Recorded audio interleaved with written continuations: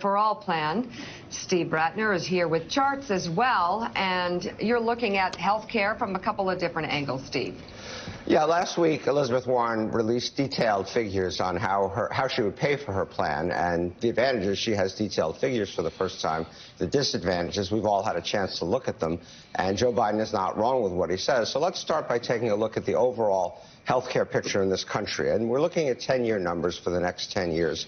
And we would spend a total of $59 trillion, and these are Urban Institute numbers. These are very nonpartisan, well-accepted numbers.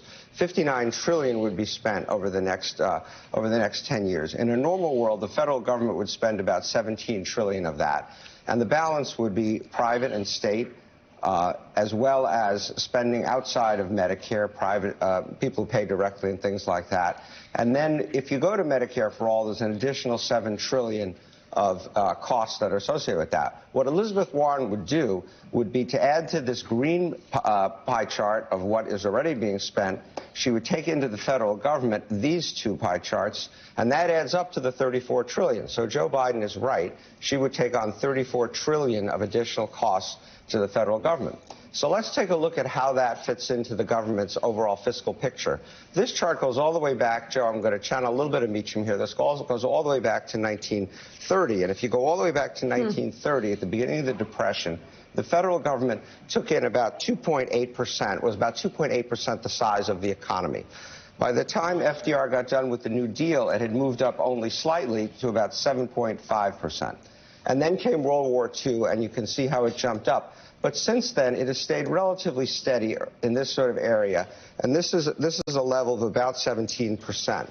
What Elizabeth Warren would do is to take it all the way up to 27.5%, all the way up here.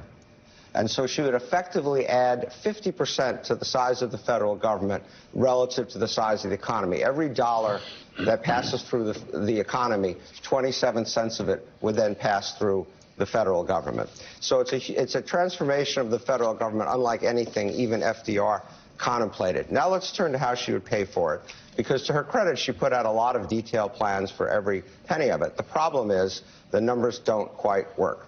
So what she is talking about are corporate taxes of about $12.6 trillion, and that essentially relieves companies of the burden of health care. We can debate some aspects of it, whatever.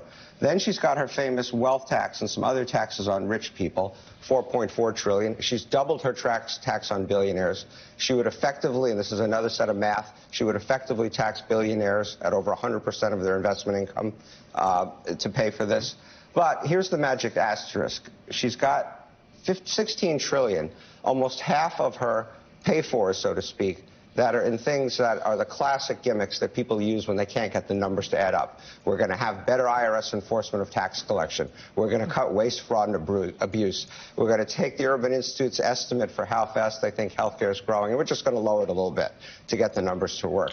So in addition to the size, scale, and all the rest of this thing, she's got about $17 trillion she hasn't even paid for.